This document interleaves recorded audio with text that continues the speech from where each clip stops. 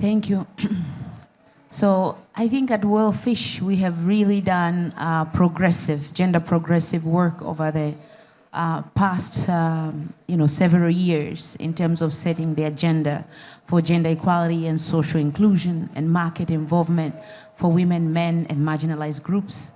And through that work, because most of our projects or programs really work hard to integrate gender within them, and that does not mean only integrating, but strategically positioning gender at the heart of the work that we do in order to achieve the needed improving in livelihoods and income of our women and men and youth that we work with.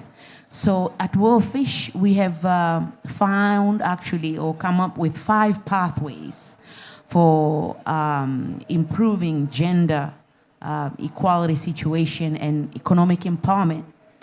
And this pathway, the first pathway that I can talk about is the pathway for inclusive governance. So we really work hard also with community-based natural resource management in the Pacific, in Sub-Saharan Africa, as well as in Southeast Asia and South Asia. For instance, the work that we have done in Cambodia, we have worked with several groups in community-based natural resource management, where we train men and women in different focus groups how to work together and providing the opportunity for women to not only be a passive receiver of knowledge or managing their resources, but actually to be active participants and leaders within their communities to harness the resources that they have. And through that, we have found very positive outcome. Women were able to be leaders through their trainings that we provided. And these women were able to even attract donors into their, be very good resource mobilizer. And hence, by doing that, then they were able to really achieve the needed goals that they set for themselves to do, because you really cannot do a lot without resources. So we have really seen how engaging women and opening the minds of men to allow for women to be in those groups and having the vote in the group and being leaders, making a change in their communities and better resource the resources that they have. And another pathway that we have really found to also be very successful is the pathway for gender responsive and gender sensitive, climate smart, aquaculture, and other technologies. For example, in Bangladesh, in 2016 to 2018, we worked with farmer field schools there in Bangladesh, where we made purposefully to include women, so that women are not seen as fisher wives, but they really are at the core of research and be co-developers of knowledge with us. And through that, a lot of women were empowered, and actually we found that the women were able to know the fish strains that can resist the climate much better, able to identify and propel the agenda that we had.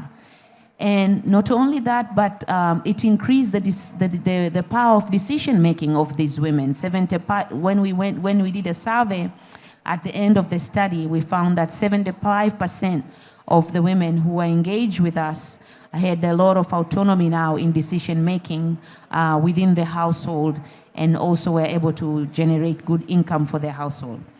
And also through this pathway, we also were able to look at issues of climate information services, providing the needed information timely services in Bangladesh and other places for women and men who are involved in aquaculture, so that they could really use the information needed to farm better. The only hurdle was that some women did not have the phones, and then the information were not reaching to them. So there's much more work that we really need to do in terms of making sure our women have access to this technology so that they could really benefit more. And other works that we have done, that is technology important, that we have worked with our breeders, is identifying gender preferences for women and men. It's like the trade preferences for fish, and we've done this work in Bangladesh, in India, and recently we are going to do it in Nigeria, among other countries. So then we are able to see that there are differences in some parts, what women prefer and what men really prefer in terms of fish. And as we continue along, the third pathway, which I think is really important, is the issue of improving the economic, meaning income of the women and men that we work with in this community. We have a very good example. For example, in Bangladesh, they have a ban of 3 months of not fishing in the coastal areas of Bangladesh. And we did a project sometime back in 2016 up to 18, where during this 3-month ban, we worked with women to be involved in producing dolls that are known as pebbles. And we connected them to traders, buyers who were able to export them abroad in Europe and get a very good price for those pebbles. Because this was a dry season, there's not much income within the household. We saw that, and because of the mobility constraints, women did not have to go far to get their income. We provided them with the mobile phone, and they were able to get the money and own the money, because the money they would receive it in a mobile banking system. So they have more autonomy of the income that they receive, and they were much happy to continue to work on this, in form of cooperatives together to increase their income. And the other 2 pathways that I think also are really important is the pathway for gender transformative change, bundling them up with savings and loans. So we worked in Zambia in the from 2005 up to 2010, introducing gender transformative approaches, meaning changing the minds of men and young boys and women in terms of how women are perceived in the community, that they are not only in the reproductive role, but they are actually participating very hard in the productive and community role. And as they are working on savings and internal lending groups within the community, they are able to save money and then use that money to buy improved varieties of seed or be involved in any income earning activity. So we worked with Catholic Relief Services through this, and Catholic Relief Services, because of their capacity, they are able to scale it for other countries, 8 countries in Africa and 1 country in Latin America. So we are seeing the power of working with other stakeholders, with the innovations that we have at World Fish in terms of scaling and amplifying the beneficiaries of the technology that we have. The last and most important pathway is the pathway for improving nutrition, and that means decreasing malnutrition and other diseases that we see in young children, and improving food security. We've done a good work with our very own Shakuntala Thilsted in the Odisha, India, where 26% of the children are malnourished. There through the the caring of schools program, daycare program, there we were able to introduce several types of value-added fish, meaning fish that are in powder form, fish that are in fish cake, in different forms that were taken up by the children, and also the families, meaning the pregnant mothers and other people who really needed the micronutrients. And the outcome was very good, improved dietary diversity and the nutrition status of the people for Odisha. Thanks. Thank you very much, Rahma. I think that was excellent set of examples that you've given us. But also, I think what I'm taking from the message is we're not necessarily seeing women as just the passive recipients of, of support or knowledge, etc. But also, I think they can be the active actors of change. And these are examples how that was done from the design to implementation to outcome. So thank you very much, Rahma, for that. Now just building on that, maybe to go to Huwaida. The reason I'm looking at you, Huwaida, is again, for this kind of sort of shared prosperity opportunities for them to happen, they don't happen in a vacuum, right?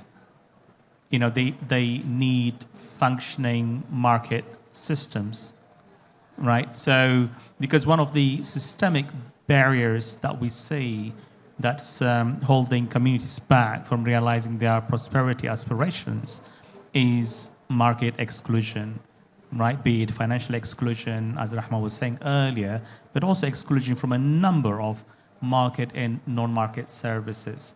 But I believe, Huwaida, you worked in this space in Egypt, and I will be grateful really to, if you could give us or enlighten us really from your experience in terms of how we've done it.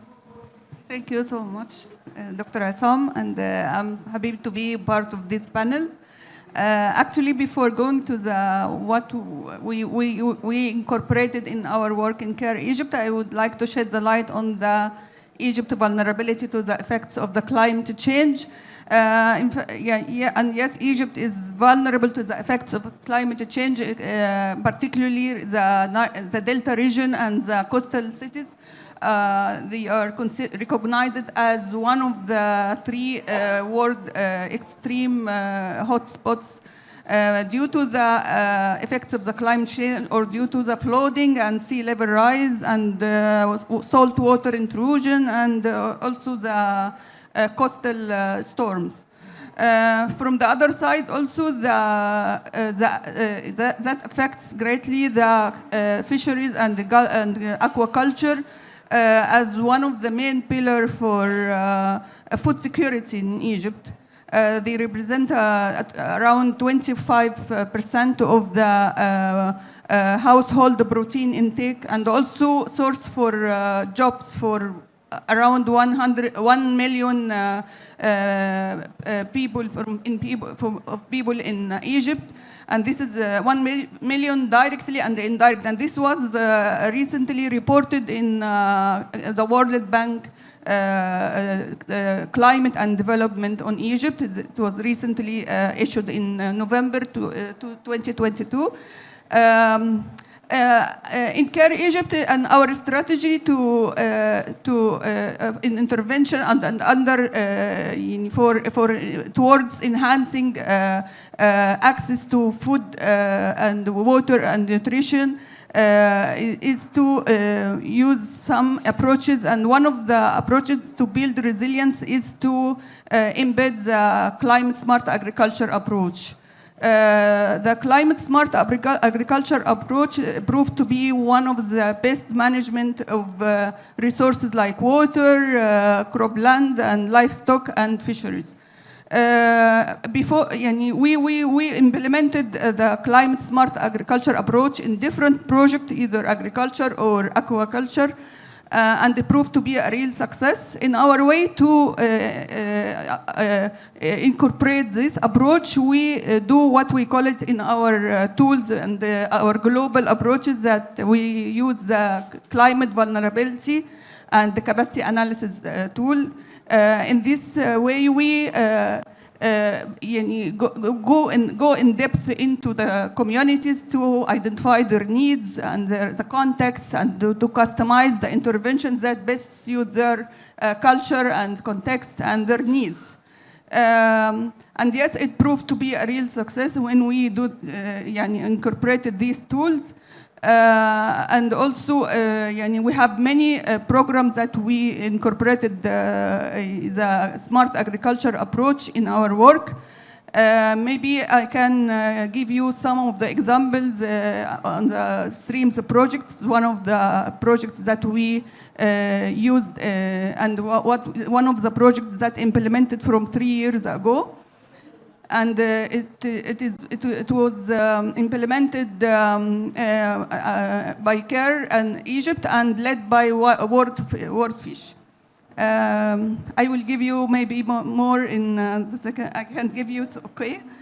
This project, the main goal of this project is to improve the aquaculture sector in Egypt by creating job opportunities for small fish, small women fish retailer, and also to build the capacities of the fish producer, as a producer of fish organizations, and also the community-based organizations. In this project, we build the resilience of the women that the main target of this project. We build the resilience by connecting them with the farms and the organizations, so they can have the access to the knowledge and training, and also some of the tools that we use is the the VSLA, or Village Saving Station loans. This is one of the tools that we used almost in all our interventions to build resilience women, to build particularly women. And from this VSLA approach, the women started to save money and get small loans to buy the equipment that they need to have new tools, advanced tools in fishing. And also they brought like the ice tanks so they can keep the fish. They do fishing manually, so by fishing and keeping the fish for a longer time, and in return they can sell more fish and get more profit. And also they can also use the swimming suits or diving suits to protect them while do fishing. Also, this is a good way to protect them from the cold weather, and also from some infection by diseases or something. Thank you. I will give you the floor. Thank you very much. That was really, really useful. So thank you very much. I guess, we, of course, you touched up on the market aspect, but also the other aspect is the governance issue, which is the institutional side of this story. And particularly when you made reference to small-scale fishers, couldn't help but think about some time ago, I did a study in the Med region, which involved Egypt, among other countries in the Mediterranean region. And one of the striking challenges that we were facing that time is, in order for citizens to have access to social protection schemes, the role of small-scale fishers has to be recognized officially. And in many countries, it's an informal sector, right? So I just want to highlight that sort of the institutional bias against these small-scale food producers as well, that almost excludes them from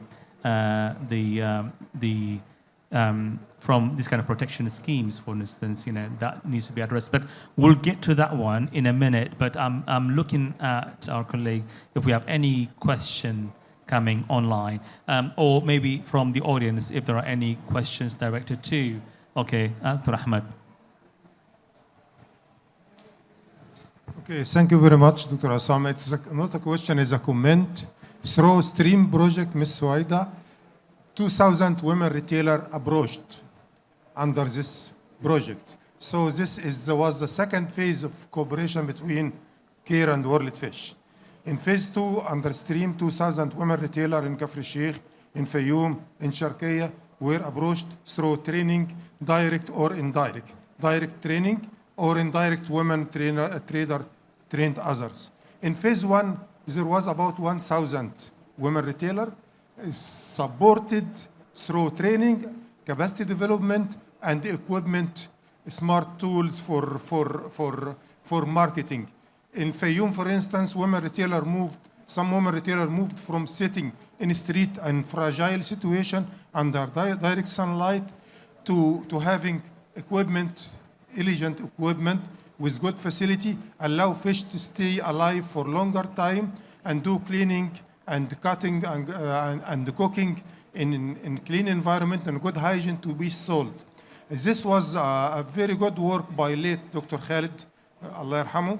So this was a perfect work where the innovation on marketing tools introduced to rural women and fragile women in Fayoum and other part, but Fayoum was a good example.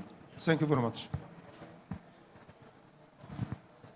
Thank you very much, Dr. Ahmed, for substantiating that as well, sort of giving us more additional explanation and examples. Now, let me turn to Michelle. Michelle, now, one of the studies that you did about a year ago or so again is on the impacts of climate change on aquatic food systems. And I think one of the fascinating thing about that study is about how you look at multiple production systems, be it, capture fisheries, marine and inland, but also aquaculture, similarly inland and coastal, etc., etc. So since we are here talking about future-proofing the blue economy and creating opportunities for prosperity, off the top of your head, given your analysis, if a prime minister was to walk in the room and ask you, where shall I put my money? So, I can continue to produce aquatic food in the future under changing climate, and also be able to deliver on jobs and employment and income opportunities to my citizens. What would your advice be? Gosh, if the Prime Minister were to walk in today, I'd be quite honored. But let me see. I think if I can bore you all with a little bit of a scientific assessment over here. When we, in the climate community, think about climate risk, we typically think about it having 3 components. And I'm really sorry they have to deal with 4 pillars, 5 pathways, 3 components to risk today. I hope you're keeping track. But climate risk, we think of, first of all, the climate hazards itself. So this is your rising heat extremes, shifting ocean species, sea level rise, growing storms, ocean acidification. So what's happening in the natural realm.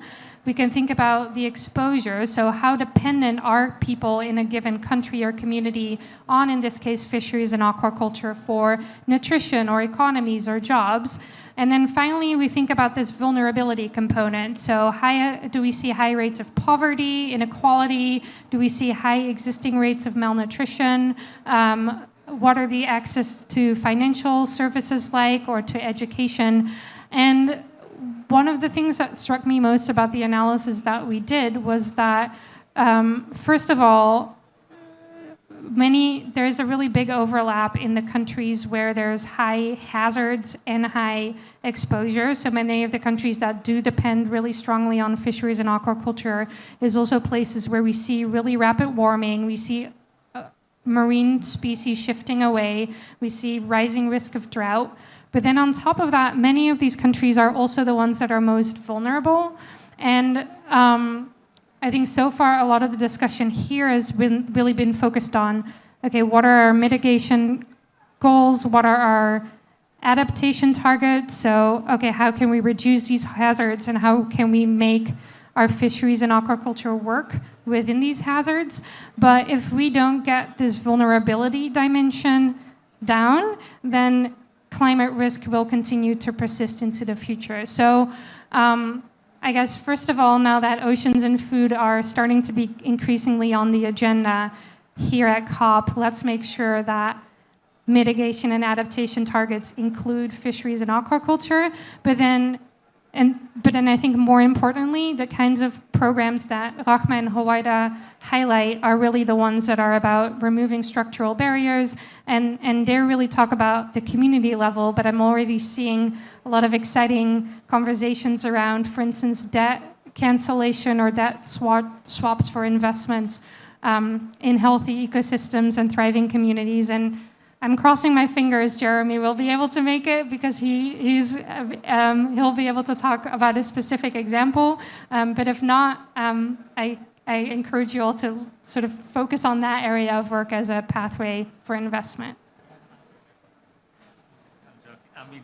Thank you very much. That was brilliant. That's excellent, really. And I take so much pride in this intervention in particular, because I had the immense pleasure of working on that paper with Michelle as well. So I think you're absolutely right. If we don't really reduce vulnerability, then we're not really solving any problem here. I think that's really sort of a message that I will take from me for sure. But now, just using the same analogy of sort of a prime minister walking in and asking these difficult questions, Rahma, with respect to, again, aquatic production, be it fisheries or aquaculture, one of the invisibility aspect of it, which is because a number of these food producers are in the informal sector, right? They are so invisible.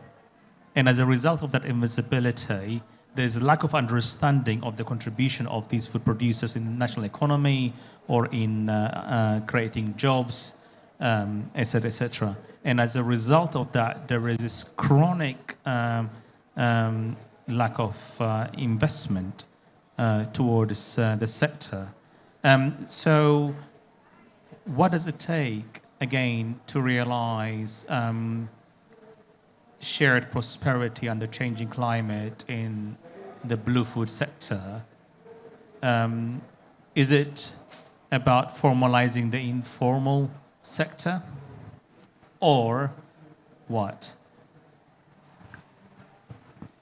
Thank you. That's a very, very good question. So what does it take?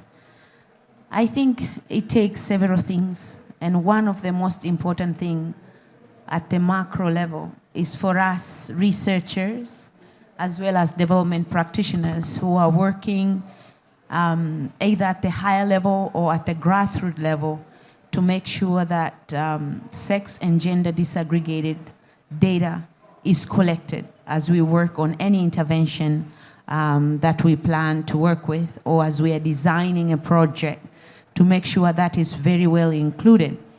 Because without having proper data, or that data that is at the granular level, telling what are the women doing, what are the youth doing, what are the children doing, what are the marginalized and indigenous people doing in their community, and what opportunities and obstacles are there for them, it's very hard to generate convincing evidence to the policymakers and practitioners and implementers, either at the government level, ministerial level, or even the private sector who really want to invest in this sector, to really know what's the true picture on the ground, where are women within the aquaculture or small-scale fisheries value chain. Are they, at which node? Are they at the lucrative node? Are they at the less premium node? What are the social protection mechanisms that are there during climate shocks?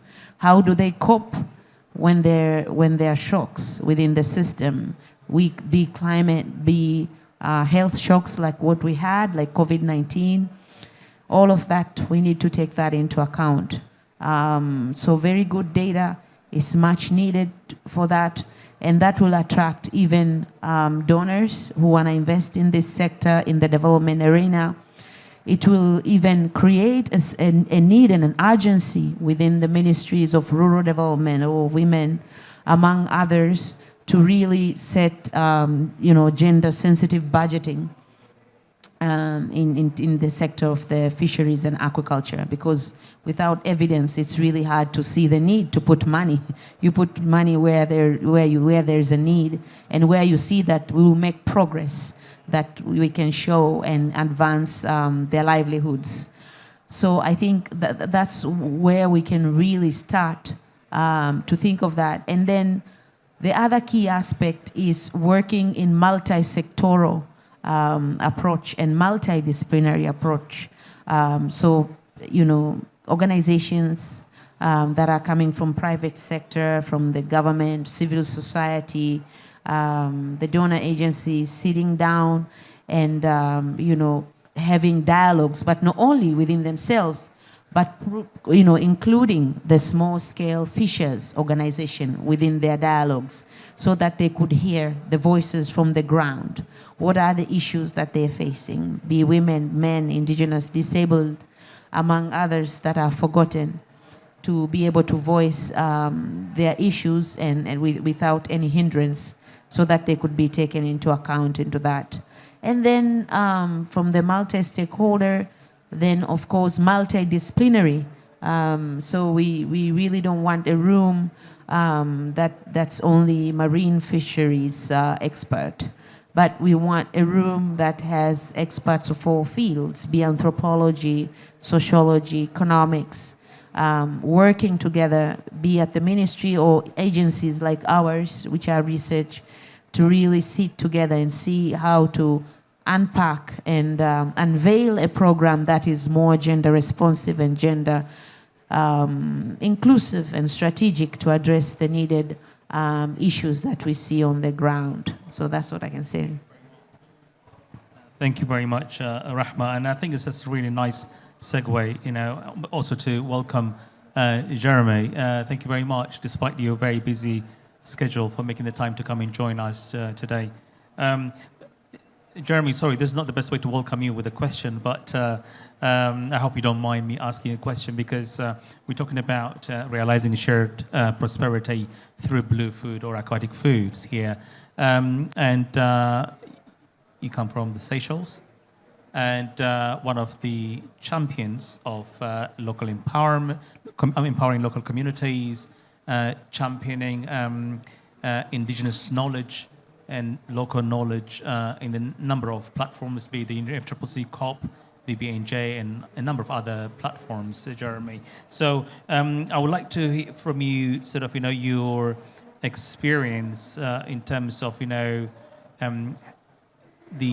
how the government is championing that agenda, and how you see that being the enabling factor in realizing prosperity opportunity for your country under changing climate. Jeremy. Firstly, thank you so much for having me here, and sincerest apologies for being late. There was another overlapping event, but it really actually is very related to what we're talking about here. And what the question that I think we're talking about is political will and political commitment to the community, to people on the ground, fishers, and all those who are invested in the ocean, be it for food or otherwise.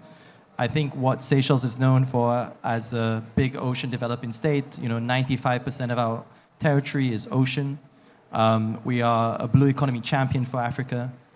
Even though we're 100,000 people, the smallest population in Africa, we have this tremendous role in terms of being at the very center of the Indian Ocean and finding ourselves the victims, but also, in a particular way, the champions of who can survive climate change and how we can survive climate change. The one big powerful tool that Seychelles has been able to use over the last couple of years is the Seychelles Conservation Adaptation Trust.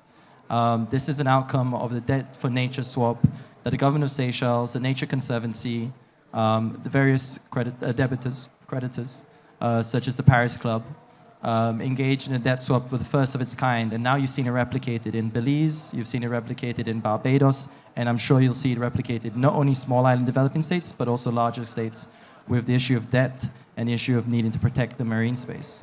When I think about local community involvement, one thing that comes to mind with the SECAT, where there's a Blue Grants Fund every year, and I think we're on our 7th Blue Grants Fund.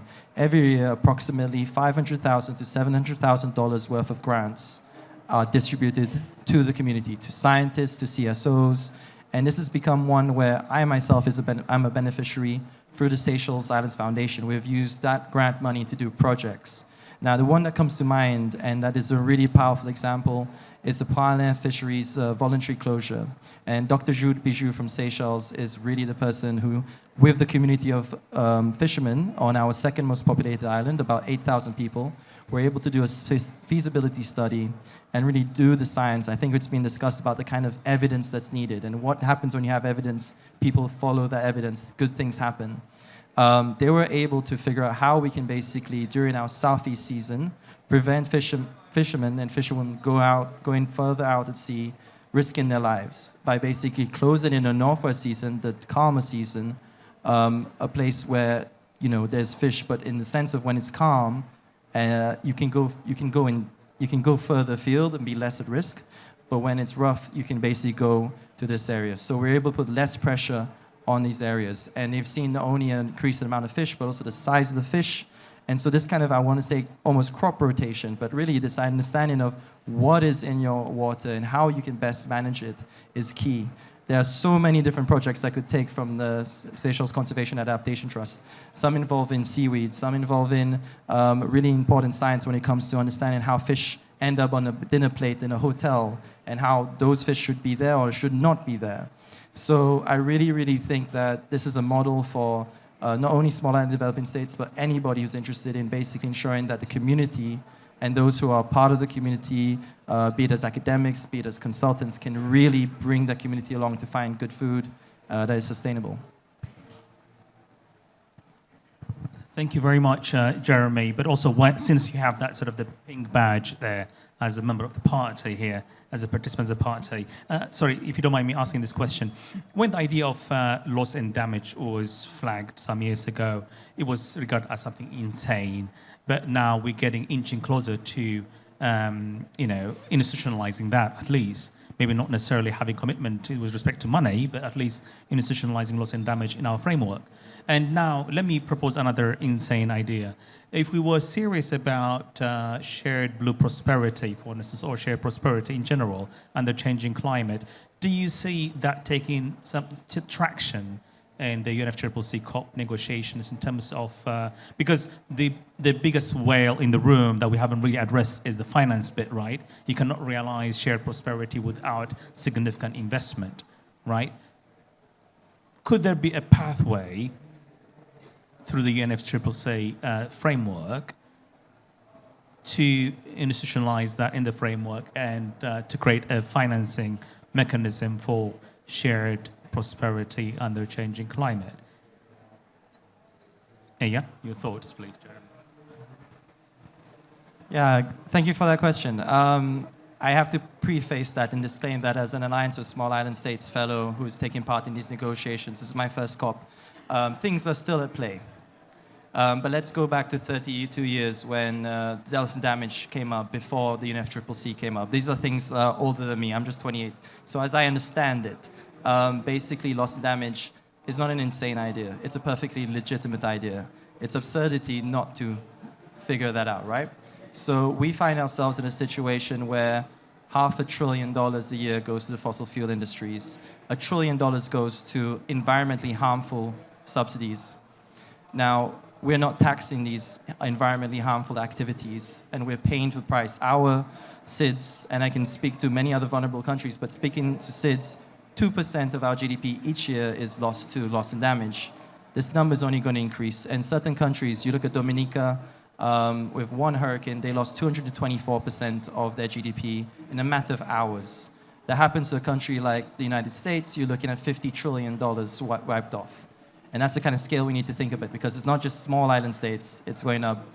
So when you're talking about a mechanism in place, it's still at play. But we know when somebody bumps into your car or when something happens, you don't pay for the cost. The insurance pays for the cost. Insurance hasn't worked out for us. Or those who are at fault pay for the cost. And I don't think what we're asking for is ridiculous. It's climate justice at its core. But it goes against the interests of many people. So, cui bono, who benefits when we allow interests to basically run the world? Things are still at play, but I hope that answers it a little bit. Thank you, Jeremy, indeed. But also, I think we are inching. Sorry, there is a question. Let's take the question. Yeah, please. I mean, I've been fascinated by what all you have said and the amount of work you're doing. I believe we do not have enough information among ourselves on how to follow up this discussion. So I would urge us to share some resources through an email or something to help us get further connected and act on what we have discussed. So let's see GIIR, I'm throwing the challenge there. But I also want to hear from some of the other colleagues, including the lady from Egypt where I live. So, yeah. Thank you very much for that observation. Indeed, I think one of the purposes of these kind of platforms is to create this opportunity to exchange views, but also opportunities to work together, as you rightly said, to take action together and realize the world that we all want to see. How are we doing time-wise? And excellent. Okay, so let's take one more question. Hi, thanks for all the very, very interesting strategies. I run a technology entrepreneurship program for girls, and we work in 120 countries, and many of the apps that they create are around climate and around sustainable fisheries, especially around sustainable food systems where they intersect with wetlands and forests.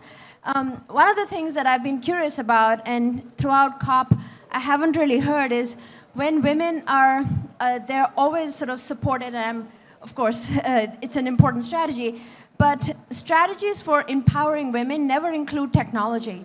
And the attitude is always like, let's give them the basics because that's what they need.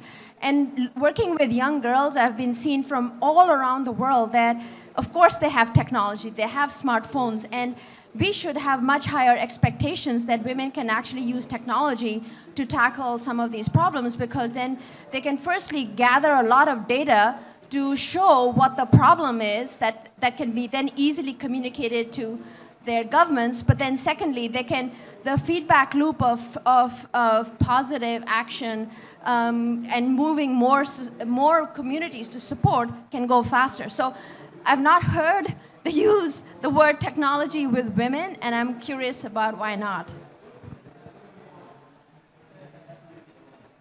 Remind me your name again, sorry. Tar. Excellent. Okay, so that's an excellent question. I think particularly addressing this point about the digital divide again, particularly with respect to gender, right? It's one of the key barriers that we always talk about, access to technology and innovations, but particularly looking at it from a gender lens. So maybe, Rahma, if I can give you the microphone for 1 or 2 minutes, and then I will invite Tom Grasso to share his insights and give us our closing remark for the session. Rahma. Thank you for that question and the comment that you have put. But I think if you recall, I gave 2 examples. And one of the examples, I think it was in the middle at the end, is the use of smartphones for women to be able to get mobile money through the business that we introduced to them, knitting pebbles or dolls, that use different threads and different embroidery, that we connected them to a trader who was selling the pebbles overseas. So this was the use of technology, because the women were getting mobile money right within their home vicinity, and it's within their own terms of use. They don't have to involve the husband if they don't wish. So that's one of the way we provided them with the phones, the smartphone. The other way that we tried was through environment information services, through the ICT. But then we did not provide them the devices, and we found that women who did not have the phones were not able to get this climate information on time and within the purpose that they need to use. So yes, there is a big digital divide that we need to work on, and we hope other institutions like ours or others will partner with us to be able to amplify the knowledge that we have within our institution and others in order to reach more women. Yeah. Thank you very much, Rahma. Yeah, excellent intervention. And I would like to encourage Tara as well to speak to my colleagues there, John Benzi, who just gave you a card, but also Romana sitting next to him, who's working on climate information services that Rahma just talked about. So, but really incredibly good point. So just before let me invite first Tom Grasso to share his insights, and hopefully you will still stay in the room, and I will thank my panelists afterwards.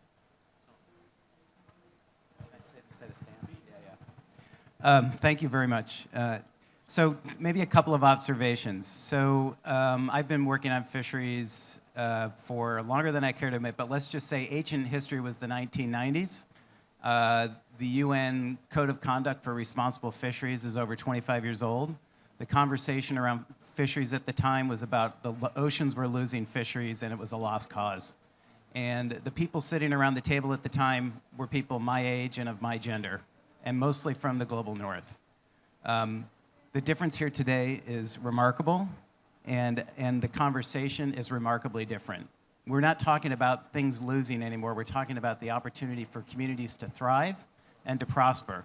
And you can't thrive and prosper without resilience, just as you can't continue to become a thriving person without being whole. So communities in the Global South need to be made whole so that they continue to thrive in the face of climate change.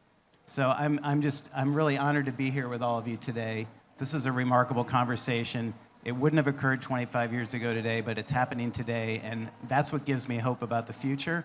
We have many challenges ahead of us, but together, especially with working with wonderful people with expertise like this, I think we can do it. So I will be very brief and just say thank you very much. Thank you very much, Tom Grasso, who's by the way, Vice President of Climate Resilient Food Systems with ADF. So thank you, Tom. So thank you, Tom, and our excellent panelists for your remarkable and excellent, very inspiring contributions today. Ladies and gentlemen, please join me in giving a big round of applause for all our panelists, and please take a moment in the next couple of minutes to approach our panelists and maybe exchange views or contacts as well. Ladies and gentlemen, thank you very much. Okay, I've just been told we need to take a group photo with the panelists. Thank you.